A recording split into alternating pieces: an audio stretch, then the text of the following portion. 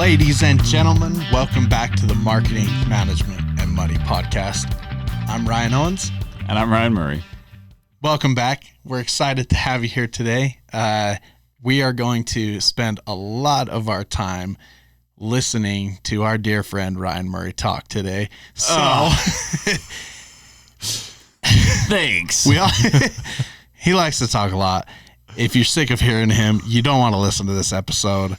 Just stop. No, I'm totally kidding. I'm totally kidding. This actually is going to be a really, really cool episode because it kind of it's the epitome of why we're doing this podcast, why we're doing the Marketing, Management, and Money podcast. This is we're going to be talking about the inverse relationship between sales and cash. This topic is your specialty, right? Yeah. You are a finance guy. This is not my specialty. And so, but the point of this podcast and why I think this is going to be such a great episode is because that's why we're here, is to bring these complex issues, these things that people don't necessarily talk about, or it's hard for small businesses to get their heads wrapped around, and we're bringing them down to the ground level. So before you make me out to be too big of a bean counter nerd, I love to look at finance as a management tool. And that's a key thing that I really want to point out to our listeners is, doing the books and having the bookkeeping done, that is critical. And we'll touch on that throughout, various episodes because that's a whole segment. The money is really important. But it's not just the money. It's understanding how to market it, i.e. create the sales. Right. How to manage it and how to make it. So the Marketing, Management, and Money is saying, okay, we've got to do all of these things. And as an entrepreneur, we're really kind of packaging it together. And so when I get excited about this, it's not just the bean counting side. Yeah, that's a great point to make, is that it's not just about the accountancy side of things. This isn't like, we're not going to go into an accounting course here by any means. These are definitely actionable things that we're going to be talking about, how you can understand the financials that you're given and make like you said, make management decisions based on that. Continue to grow in your role as an entrepreneur or a business owner. Mm-hmm. So you kicked it off by throwing me under the bus. So let me throw you under the bus real quick, and I'll let you lead with why the inverse relationship between sales and cash. That's awesome, because we've already had this conversation and I got this. Otherwise, I would be sitting here drawing a blank. So the inverse relationship that exists between sales and cash is a little bit counterintuitive. So I'm going to start off by saying this: as a small business, as an entrepreneur moving into the realm of creating a small business, you have to go out and ask for the sale. You have to go out and you have to do your sales and ask people you're constantly asking people to give you their money, right? Mm-hmm. But in order to do that, you have to have created a process or created a service or a product. You have to have produced something, and it takes money to do that. And so as you are putting cash or putting your money into this adventure, you're not getting any sales yet. But then once you go out and start asking for the sales, you start increasing your sales, right? People start saying, okay, yeah, I'll buy that. But then as your sales go up, then you have to produce more of your service or your product. And so this adventure continues, right? And as your cash gets dumped in, it takes more cash to produce your products and services, but then you have to go out and ask for more sales. And so as one goes up, the other goes down. Okay. You did pretty good. I was impressed. Yeah, I struggled, but we made it. We made it. We're still moving forward. So I want to look at a little bit of an analogy to just put some framework, because this is not complicated, but sometimes we get wrapped up in it and it starts to become complicated. And so we're going to just simplify this down real quick, and that is, look at a tree, and we're going to pick a fruit tree. All right. I plant the tree, I water the tree, and then I'm able to harvest the fruit. But there's a lot of water that has to go into the tree first before I can harvest the fruit. Now, I can never stop watering the tree. It's always going to require that water. Right. And in this analogy, the water is representing the cash flow. So I always have to have the water, but I got to start with the water. I got to water that tree first before I ever get any fruit that's going to come off of that tree. Okay? So if we kind of just keep that in mind and be like, okay, cash flow is kind of that water that we need. You know, before I can get anything out of my business, I got to put it in. Okay, I'm good. So if cash flow is the water, or sometimes we'll hear it referred to as the lifeblood of a business, this is what keeps everything moving and everything alive, then what are we looking at when we say sales? If cash is the lifeblood of the business, right, sales would be what? The fuel. Yeah. Okay. This is what gets things started and makes things move. And that's one of the reasons why people get so excited about sales. They want to drive sales because they're really driving the fuel to the fire. I mean, this is what is making things move. But the problem is, oftentimes you'll have entrepreneurs who assume mistakenly that more sales will equal more cash. Yeah. Sales and cash are not the same thing. Yeah. So this is still a little bit ethereal for me, so I want to pull it back down to earth a little bit more. Okay. So to me, or intuitively to me, it's like, hey, I sell something, I get cash. Right. But as we've talked, there's a difference between sales and cash. So sales don't always equal cash. Right. So let's talk about the differences there.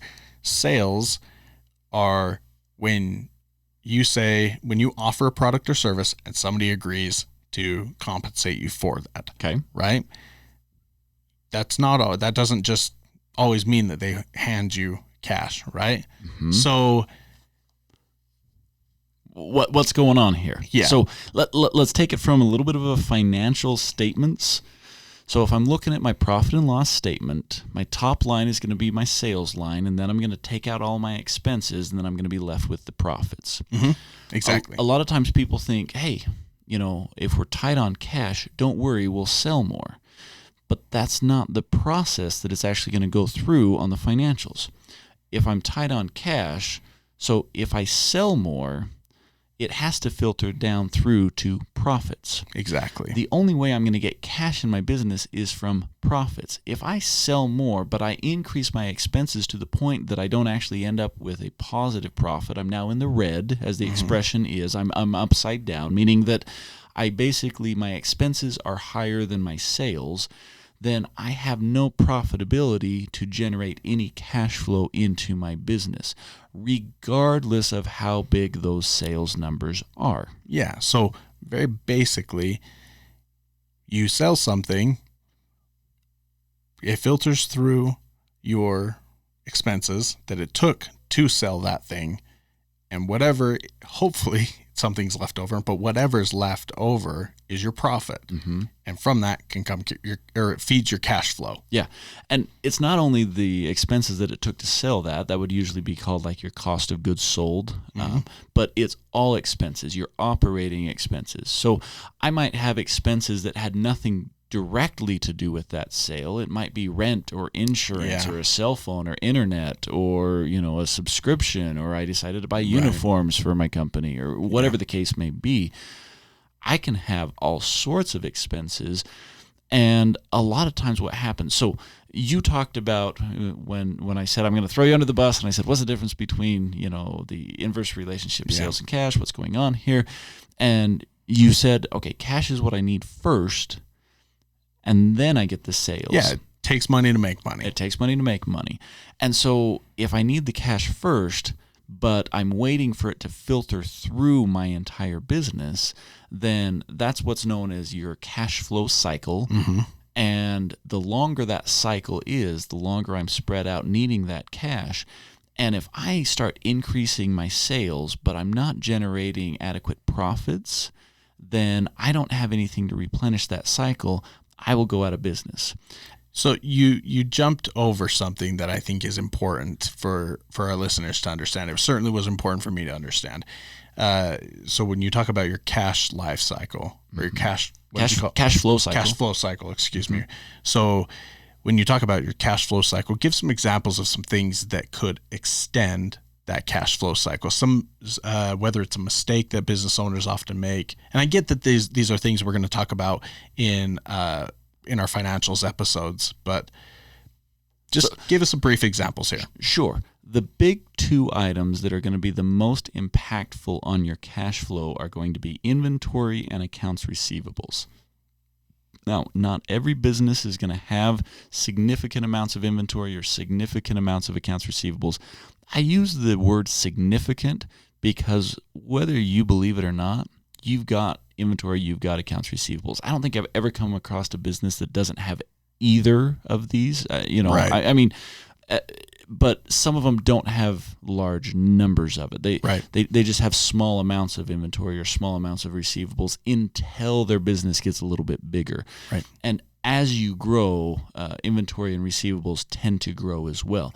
And these are the big two cash suckers.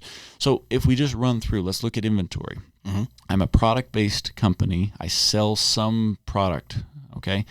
And in order to get that product, I've got to purchase that product in the form of inventory. Mm-hmm. I typically have to purchase it upfront, hold it, and then sell it. Mm-hmm. So the time that I'm purchasing it, the time that I'm waiting for it to show up, the time that it's sitting on my shelf before I'm able to sell it, all of that is adding on to my cash flow. Right. Receivables. Receivables is just the accounting term to say money that's owed you. Mm-hmm. And you'll see this happen in a lot of businesses, but there are some service-based businesses that tend to do receivables. Think of the last time you went to the doctor's office. Yeah. Did you pay right away? Co-pays generally, but not for the whole service. It had to filter through this whole insurance process. Mm-hmm. And I mean, sometimes you'll go to the doctor and like 6 months later, this bill is showing up and you're like, what is this for? And so you'll see a lot of service industry. I mean, product industries as well. They can have, they can have receivables. But it's that time period where, okay, the sale was made, but no cash was received on that sale. And so I'm out cash until I actually get the cash in hand. Yeah. And the funny thing is so the better your customers are, the more you tend to give them terms, as it's called. Right. And these terms are going to extend how long it is before you actually get paid. Yeah. And so those are some big ones. I mean, there's a lot of other things that you're going to have. Employees, for example, you're going to end up needing cash. You got to make payroll. And so making payroll is a big one that you're going to need a lot of cash flow for. And payroll does not coincide with sales. And employees, they want to get paid whether sales come in or not. Yeah. If you fail to pay your employees, you're going to lose your employees, and then you're in real trouble. So there's a lot of these issues that are going to happen. And so the thing that most businesses or most entrepreneurs fail to realize is that as sales go up, your cash will actually go down at an inverse correlation. Mm-hmm. So I'm getting a little nerdy here, and so that's okay. I think we're ready for it. Okay, now. Okay. We've built this platform that we can all understand, and now we're ready to become elevated to your level of come on up in the clouds. We all look up to your aura. my neck's getting a little sore right now because you're making my head so heavy. As your sales are increasing, it's putting strain on that cash flow. So using the inventory example, if my sales are growing, then I'm thinking, I need more inventory. But in order to get more inventory doesn't come right away. Usually there's kind of this shipping time period. even if you're taking advantage of all the awesome, next day shipping Yeah. or whatever is available Right. to you. But usually when you're wholesaling and bulk ordering, you're not getting that super fast Yeah. retail shipping that, Right. and so you've got a period of time. Sometimes it can be 30 days, 60 days, Yeah. 90 days, depending on where you're sourcing this from. Mm-hmm. And so as I'm ramping up my sales, I'm thinking, oh, I better ramp up my inventory, but I got to ramp up my inventory prior to making all of those sales. And so as I'm shooting for these record sales, I'm thinking, okay, I got to support these sales, and I'm going to drive inventory first and faster than the sales is going to be increasing. Yeah, so it's going to be taxing your cash flow. It's going to be taxing your cash flow. And so you'll see a lot of businesses that will actually go out of business with record sales. Yeah, and that concept is insane to me. Yeah. And I mean, and I it see is to how it most- works, but it's insane. Mm-hmm. So one of the worst things that you can do as an entrepreneur is get really focused on sales growth. Right. Now, there's nothing wrong with analyzing sales growth, but you want to look at, so sales have to filter through to your profitability. If I've got sales growth with declining profits, that's a red flag. Sure. That's something that I need to be looking at and I need to be concerned over, because I'm actually heading in the wrong direction. Yeah. Now, I can also go out of business with record profits. And that's one that also is kind of confused. It's a lot harder to do. If I've got record profits, it's a lot harder to do. But all I have to do is start being careless with what I spend my money on, Yeah. and I can still run out of business. Right. And so when I have those profits, I need to be watching the cash flow and saying, okay, my profits are going up, but is my cash driving down? Yeah. And if that's happening, again, it's a red flag. Yeah. So ideally, the best case scenario is to have sales increasing, profits increasing, and cash flow increasing. If I've got all three of those increasing, I'm actually in a sweet spot where, I've got a very healthy business and very healthy growth. I'm glad you pulled that out of your doomsdayer route that you were going down. If Everything puts you out of business. Yeah, if you're not watching this, you're going down. No, I think that's, I think it's really easy for, like you said, it's really easy for entrepreneurs or small business owners to launch into that realm of record sales. And, you get excited about that. It's easy to get caught up in that. And this is what I think you were trying to say, but I think it's, you start to get caught up in that and everything, but you've got to hold on to something that's going to keep you grounded. You've got to remain in the space of reality and look at some of these things. And, it's for somebody like me, you start talking about all that stuff and I'm like, oh my gosh, I get a little bit of this pit in my stomach. Like, oh, I don't understand this stuff. It's hard, right? We'll cover those things in another episode. Just keep listening and we'll keep you informed. We'll kind of show you on the ground level, what it is that you need to be watching so that you don't get into trouble with this inverse relationship between sales and cash. But I want to continue a little bit outside of that realm of what we need to be looking at with sales and cash. Yeah, let me actually pull in. There's some really interesting nuggets that you can make some easy, quick management decisions.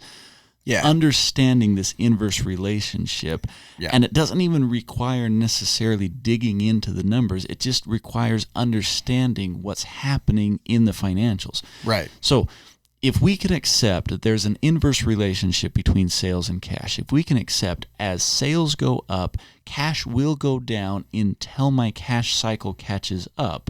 Right. Then we can really start to extrapolate some key information here. So sales go up, cash flow goes down. Therefore, if I'm trying to increase my cash flow, one of the ways to do it is to have sales go down. Sales go down, cash goes up. Yeah. So this works both ways. Yeah. So I can think about this as a business owner and I can say, okay, what do I need more of right now? Do I need more sales or do I need more cash? Right. And one of the ways to go after whatever I'm trying to get is to ease off on the other one. Right. Put another way. So this is where it gets a little bit creative, but this actually works in every single business. I don't care what market you're in. I don't care how big you are. I don't care how long you've been in business. This works every single time. If you start to hoard cash, so I've worked with a lot of businesses that they get into this mentality and they're just like, oh, debt is evil. I only pay cash for everything. Whereas that's a very commendable mentality. It's very risk averse, and so you're not over leveraging yourself. It's actually lowering your sales. So by holding excess cash in your business, you are inadvertently lowering your sales. If you're lowering your sales, you're reducing the amount of fuel that you're putting on the fire, and you're making yourself less competitive. Yep. And so you can't just say, oh, okay, if sales and cash go in the opposite direction, I better have a lot of cash flow, and so I'm going to just, have tons and tons and tons of cash. Yeah, That's right. actually making you less competitive. So there's this balance. There's this understanding of, okay, I need to have the right balance of sales growth. I need to have the right balance of a cash cushion. And it's the combination of the two that make you a healthy, successful business long term. So with that, I think we've covered quite a bit of financials. I don't want to go too deep, and like you've said many times, we're going to be covering some good information as we go through the podcast. We'll have several episodes. We're going to delve into the financial statements. But for today, the takeaway: sales and cash move in the opposite direction. Yeah. Think differently about your sales growth, and have fun in your business. Stay grounded in reality. Don't run away with record sales. Unless you've got the support that you need for it. Yeah. Nothing wrong with record sales when you've got, the profits and the cash to back it up. Right. Well, thank you guys for listening. Thank you so much. We appreciate you tuning in. Check us out on our next episodes. We'll be talking more about some of the key financial things that you need to be considering in your business, but more on a ground level, some easy things for you to understand and implement today. Thank you so much.